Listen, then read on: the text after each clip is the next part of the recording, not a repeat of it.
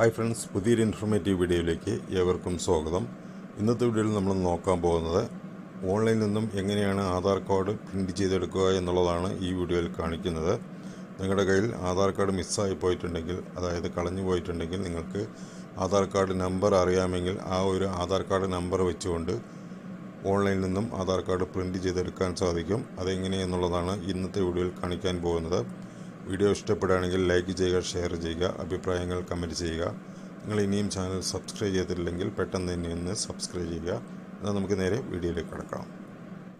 ആദ്യം നിങ്ങളുടെ മൊബൈലിലോ കമ്പ്യൂട്ടറിലോ ഏതെങ്കിലും ഒരു ബ്രൗസർ ഓപ്പൺ ചെയ്ത് ആധാർ കാർഡ് ഡൗൺലോഡ് അല്ലെങ്കിൽ ആധാർ കാർഡ് എന്ന് ടൈപ്പ് ചെയ്യുക.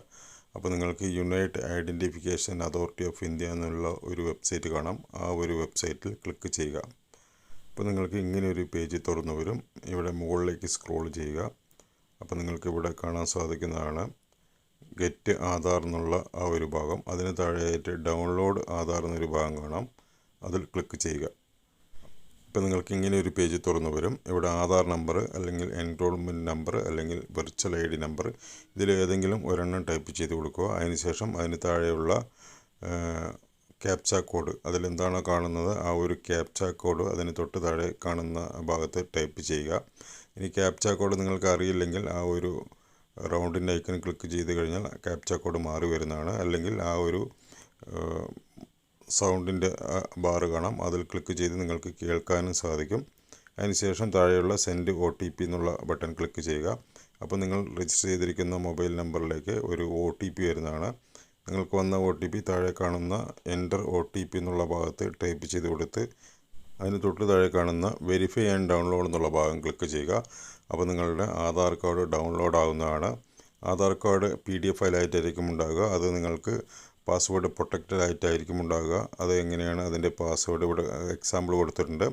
ഇവിടെ കൊടുത്തിരിക്കുന്നത് Aneesh Y Kumar 1989 date of ബർത്താണ് കൊടുത്തിരിക്കുന്നത്. അതായത് ആദ്യത്തെ പേരിൻ്റെ ആദ്യത്തെ 4 അക്ഷരം ക്യാപിറ്റൽ ലെറ്ററും അതുപോലെ ഡേറ്റ് ഓഫ് ബർത്ത്, അതായത് നിങ്ങളുടെ ഡേറ്റ് ഓഫ് ഇയർ ആണ് കൊടുക്കേണ്ടത്. അതിൽ കൊടുത്തിരിക്കുന്ന ഡേറ്റ് ഓഫ് ഇയർ കൂടി കൊടുത്തു കഴിഞ്ഞാൽ നിങ്ങളുടെ പാസ്വേഡായി.